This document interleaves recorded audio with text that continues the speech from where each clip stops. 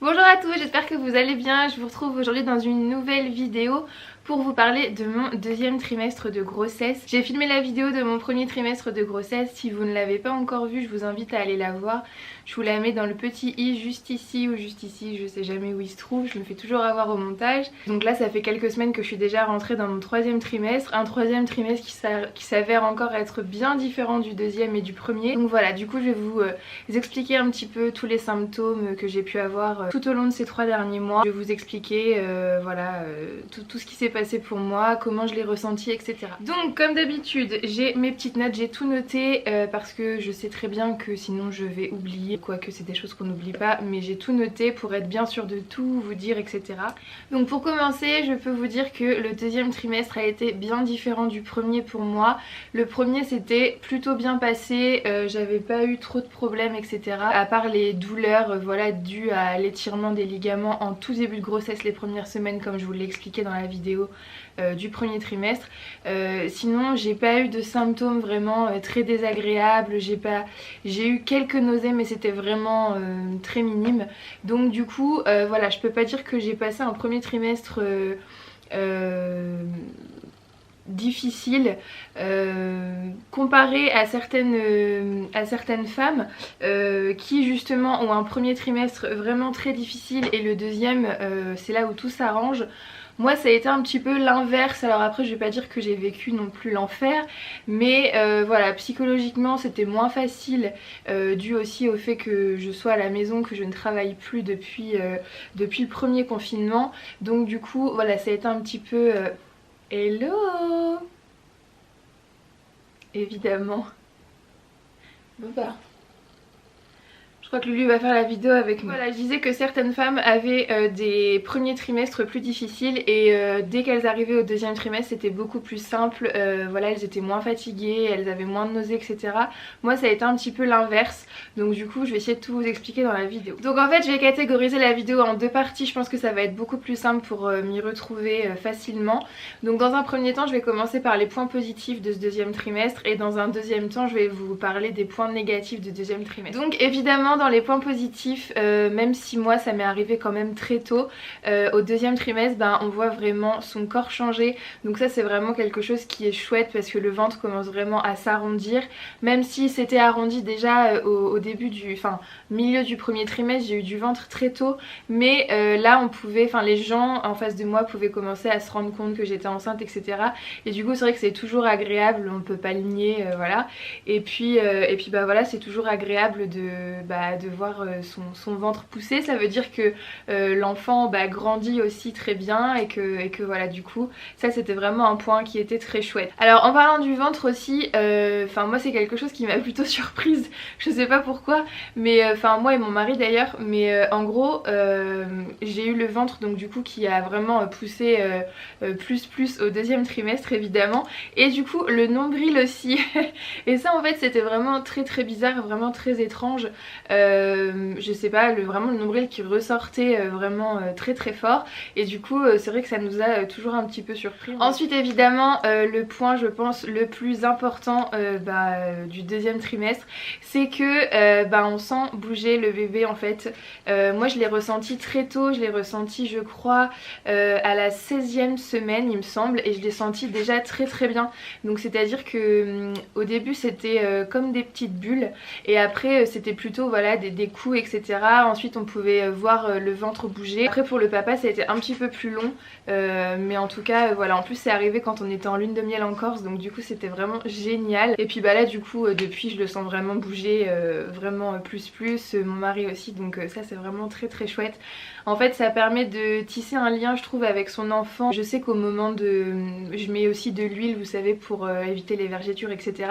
Et donc là c'est un moment qu'on partage tous les deux du coup, parce que quand je mets ma main à certains endroits du coup il vient s'y mettre, etc. Donc c'est vraiment chouette. La douche aussi il réagit beaucoup à l'eau, quand on était en Corse, dès que j'entrais dans l'eau c'était l'explosion pour lui à l'intérieur. Pour moi c'est pareil, donc franchement c'est vraiment, je crois que ça a été vraiment le plus le moment clé de la grossesse c'était ça, c'était de le sentir bouger et ça c'était vraiment chouette. Ensuite évidemment, dernier point positif, l'annonce du sexe de notre bébé. Nous attendons pour le mois de janvier un petit garçon, voilà, donc du coup on s'est retrouvé quelques personnes de la famille, on voulait vraiment leur annoncer au dernier moment, donc on a fait une gender reveal en fait avec tous les proches, parce qu'après avec la crise sanitaire actuelle on pouvait pas se permettre voilà d'inviter des masses de monde, mais en tout cas voilà, on a fait ça avec nos proches, c'était très chouette, et donc du coup on leur a révélé que c'était un petit garçon, donc tout le monde était très content.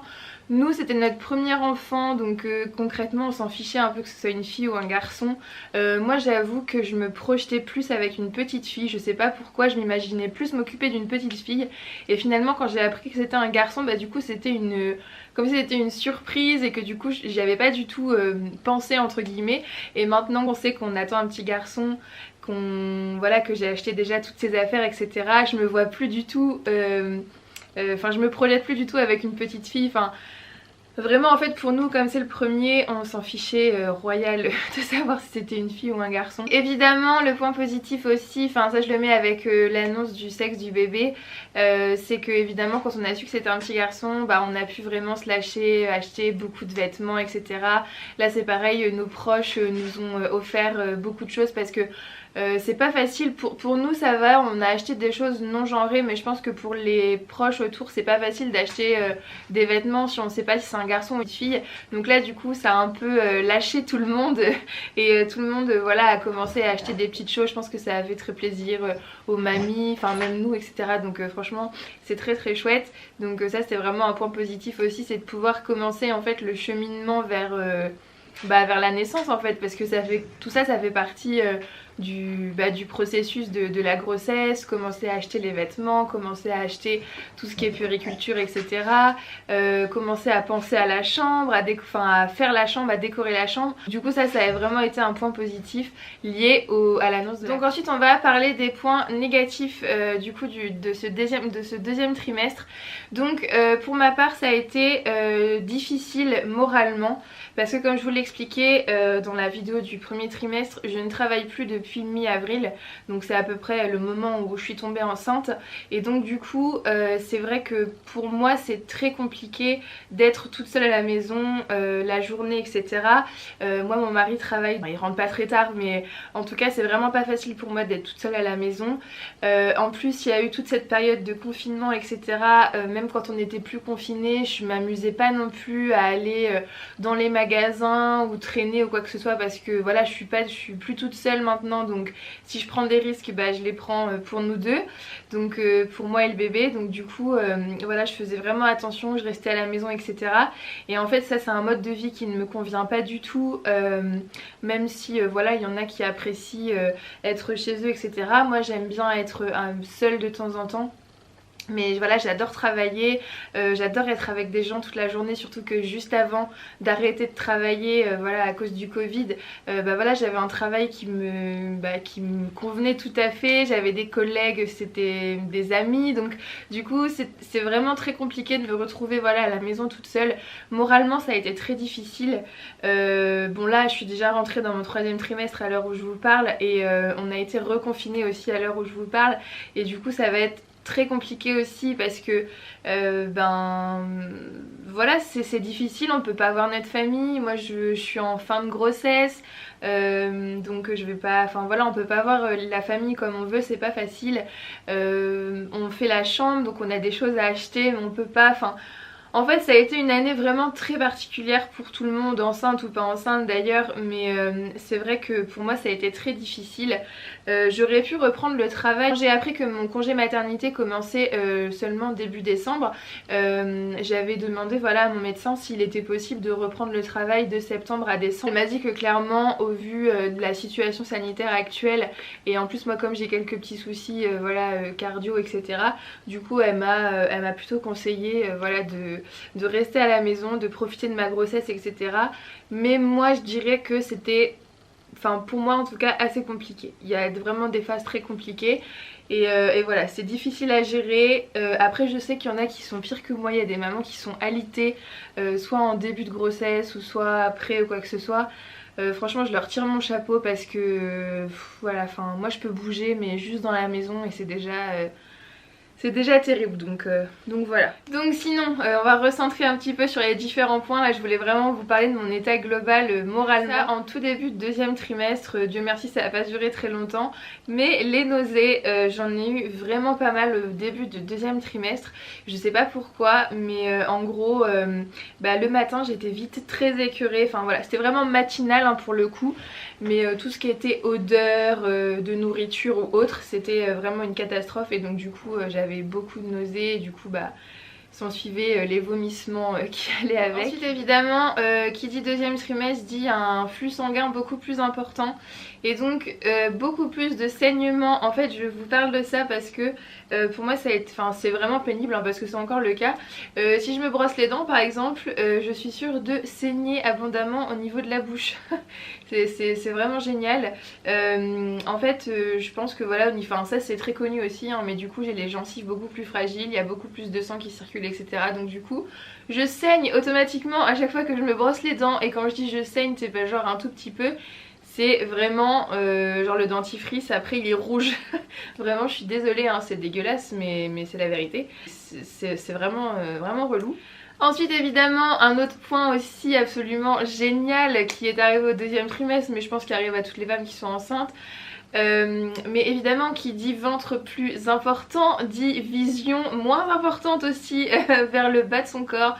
Donc du coup pour ce qui est épilation et tout ça et ben c'est le bordel. Voilà donc du coup se raser, enfin parce que moi perso je me rase, après chacun fait comme il veut, mais donc moi me raser les jambes c'est un vrai parcours du combattant en fait. Voilà, pour se pencher etc. Franchement vous pouvez franchement c'est vraiment très compliqué. Moi on m'avait dit ouais tu vas voir à un certain moment avec ton ventre, il faudra que tu trouves d'autres techniques et tout. Moi je me dis ouais après le corps s'adapte et tout. Oui le corps s'adapte à ton bébé ça c'est sûr, mais est-ce qu'il s'adapte pour que toi tu peines pas? Non pas du tout. Vraiment je galère. Et puis alors il y a un autre endroit où voilà sans tabou j'avais dit, mais du coup c'est pas possible, seul c'est pas possible. Ou alors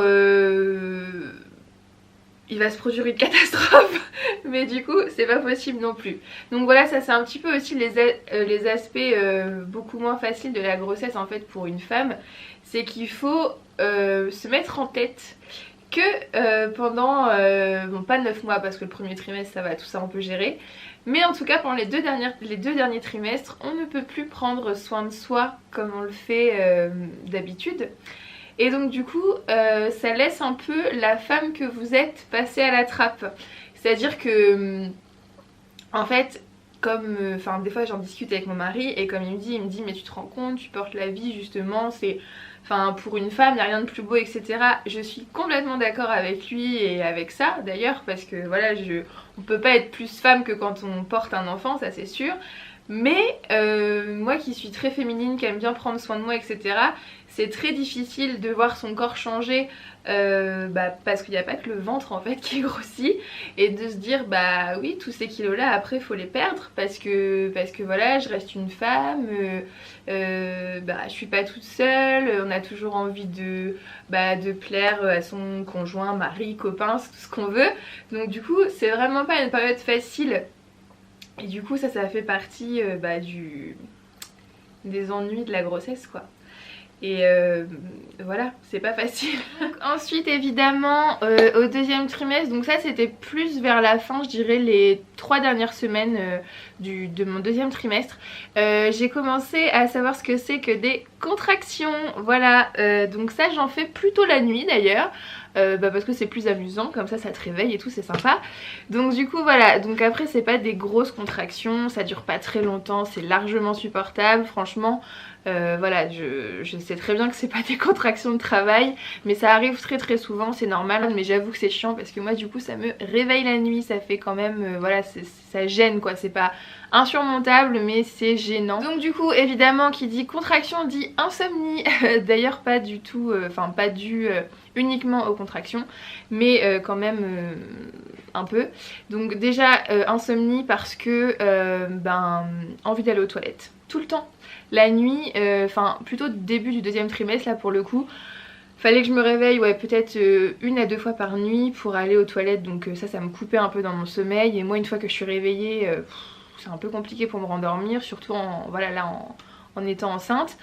Après aussi le poids du bébé, du coup pour trouver sa position c'est pas facile. Moi normalement je dors sur le ventre, donc là évidemment je ne peux pas dormir sur le ventre, c'est pas possible et en plus ça ferait vraiment trop mal au bébé et à moi par la même occasion.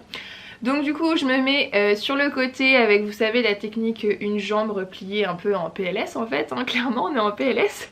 Et donc du coup voilà, c'est la seule façon, enfin c'est la seule position que j'ai trouvée qui m'est confortable en tout cas pour moi. Et sauf que voilà, des fois le poids de bébé est plus en bas, plus en haut, donc du coup faut trouver sa position. Donc ça me réveille, avec les contractions ça me réveille aussi. Donc voilà, mais j'avoue que je dors quand même mieux là à la fin du deuxième trimestre. Du coup j'ai eu du ventre aussi assez tôt. Donc au deuxième trimestre déjà vraiment bien, voilà, j'ai eu un bon ventre. Là clairement je suis à la fin de mon 7e mois, je vais rentrer dans mon 8e et on peut croire que je suis à mon terme. Clairement il n'y a aucun problème, j'ai eu du ventre très tôt et il y a eu une période en fait où je gonflais à vue d'œil, mais vraiment, c'est à dire que mon mari d'un jour à l'autre il pourrait me dire mais t'as encore pris du ventre là, c'est pas possible. Et oui je pense que c'est vrai, là ça commence à stagner, ça va, on croise les doigts. Mais il y a une période où vraiment genre je sentais, enfin ou même je voyais de jour en jour que je prenais du ventre, c'était hallucinant. Et donc comme j'ai pris très rapidement et que mon bébé est très bas évidemment, du coup j'ai le dos en miettes. Voilà, ça c'est, je crois que ça a vraiment été le point le plus difficile du deuxième trimestre, ça a été ça, le dos. Parce que concrètement sans votre dos en fait vous pouvez rien faire, c'est à dire que du milieu du dos jusqu'en haut des fesses à peu près, en fait c'est c'est mort. Je sais même pas s'il y a encore quelque chose qui soutient ou quoi, mais en gros j'ai extrêmement mal au dos tout le temps. Me tourner dans mon lit c'est une épreuve, me lever du canapé ou du lit c'est une épreuve tellement ça me fait mal. Enfin franchement c'est l'enfer, vraiment le dos ça a été le pire point de ce deuxième trimestre. Franchement je l'ai vraiment galéré. En fait ça touche ça touche mon bassin et il est évident que pour accoucher j'aurais besoin de mon bassin et de ses fonctionnalités. Et donc il vaudrait mieux qu'il ne soit pas bloqué. Donc du coup je vais essayer de prendre un rendez-vous avec l'ostéo. Donc voilà, du coup j'en ai fini pour les points positifs et négatifs que je retiens de ce deuxième trimestre. C'est beaucoup de bons parce que voilà j'ai quand même senti, on a quand même senti le bébé bouger etc. On a su qu'on attendait un petit garçon. Mais je retiens aussi que moralement ça a vraiment pas été facile. Et voilà, je pense que c'est pas fini, le troisième trimestre va être certainement plus difficile ou pas, mais bon généralement quand on approche de la fin c'est un petit peu compliqué. J'ai oublié aussi de vous dire parce que là c'est arrivé vraiment dans les 2 dernières semaines du deuxième trimestre et là ça se poursuit au troisième. Vraiment je suis extrêmement fatiguée, c'est à dire que je dors plutôt pas mal là, mais la journée, vraiment je suis épuisée en fait. Le moindre effort ou quoi que ce soit, et quand je dis effort encore c'est pas grand chose, mais si je fais mon ménage après il faut que je fasse 2 heures de sieste, c'est vraiment beaucoup plus difficile, beaucoup plus éprouvant. Alors après j'ai parlé aussi un petit peu des désagréments de la grossesse pour une femme en fait, parce qu'il faut en parler. J'ai toujours l'impression qu'on nous montre un peu ce qu'on a envie sur la grossesse, c'est à dire que en fait on dirait qu'on peut pas se plaindre parce que voilà, on est enceinte, c'est beau, on va donner la vie, etc. Alors oui, c'est vrai. C'est totalement vrai d'ailleurs, j'en suis complètement consciente, mais c'est aussi difficile parce que c'est un sacrifice entre gros guillemets. C'est très beau d'être enceinte, mais c'est aussi très enfin pour moi en tout cas, je vois ça comme ça. C'est aussi difficile parce que bah comme je vous expliquais dans les points négatifs, bah il y a des choses que voilà qu'on peut plus faire pour s'apprêter. Enfin, c'est difficile en fait de voir son corps changer, c'est difficile de plus pouvoir s'habiller comme on veut. Moi voilà, j'aime bien les fringues, j'aime bien m'habiller comme j'en ai envie. Là clairement je peux pas, je tourne à 3 jeans, 2 hauts et enfin voilà, c'est hyper compliqué. Là j'ai sorti ça pour la vidéo, mais littéralement ça me compresse la poitrine en fait parce que c'est pas du tout un truc de grossesse. Donc voilà, du coup c'est terminé pour cette vidéo. Je pense que j'ai fait le tour de tout ce que je voulais vous dire. N'hésitez pas, si vous avez envie, à aller me suivre sur Instagram. Je vous mets mon pseudo juste ici en fait. C'est là que je poste, enfin surtout en story en fait, les avancées de la chambre, les petits achats qu'on a fait pour le bébé, etc. Mon ventre, etc. Donc voilà. J'espère encore une fois que cette vidéo vous a plu. Je vous retrouve très prochainement dans une nouvelle vidéo. Je vous dis à très bientôt et d'ici là, prenez soin de vous. Bye!